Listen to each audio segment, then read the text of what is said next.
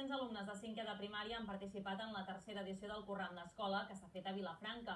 Els nens i nenes han comptat amb l'acompanyament d'Helena Casas i de Carles Belda a la pandereta i l'acordió.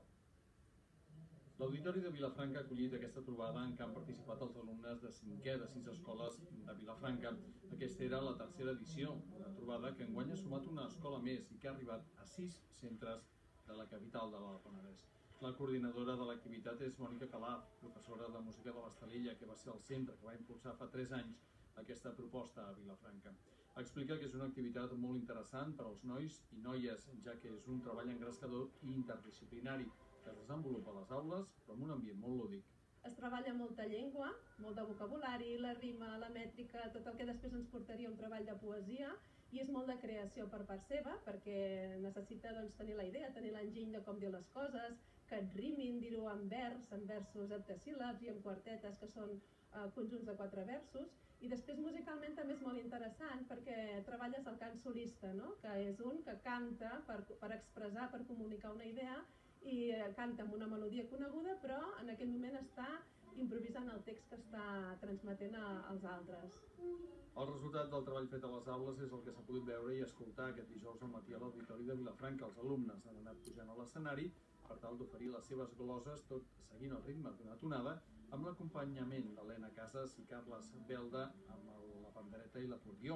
El resultat sonava així. Jo no sé què demanar a l'edat i a la bruixa, potser jo demanaria que et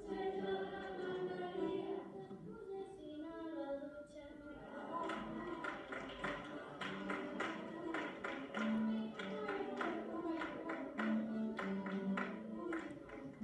Ai, la Barbie, ai, la bruixa, això no és gens elegant. Vine, vine cap aquí.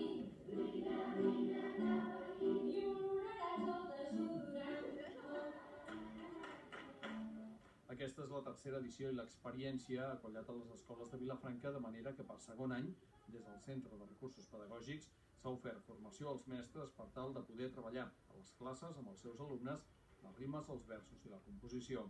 En la trobada d'aquest dijous al matí, però, no van ser només els alumnes els qui van posar a prova les seves habilitats. Primer amb unes rimes ja més preparades i després amb paraules o objectes que els havien de servir per fer les corrandes, sinó que els mestres també van haver de mostrar la seva perícia a l'hora d'improvisar. Jo no sé si us hi heu fixat, però he vist des d'aquí baix que aquell de l'acordió jugava al Candy Crush. Una activitat que ha fet passar una bona estona als participants i també als alumnes que assistien com a públic, que al mateix temps han tingut alguna oportunitat per poder participar fent alguna corrent.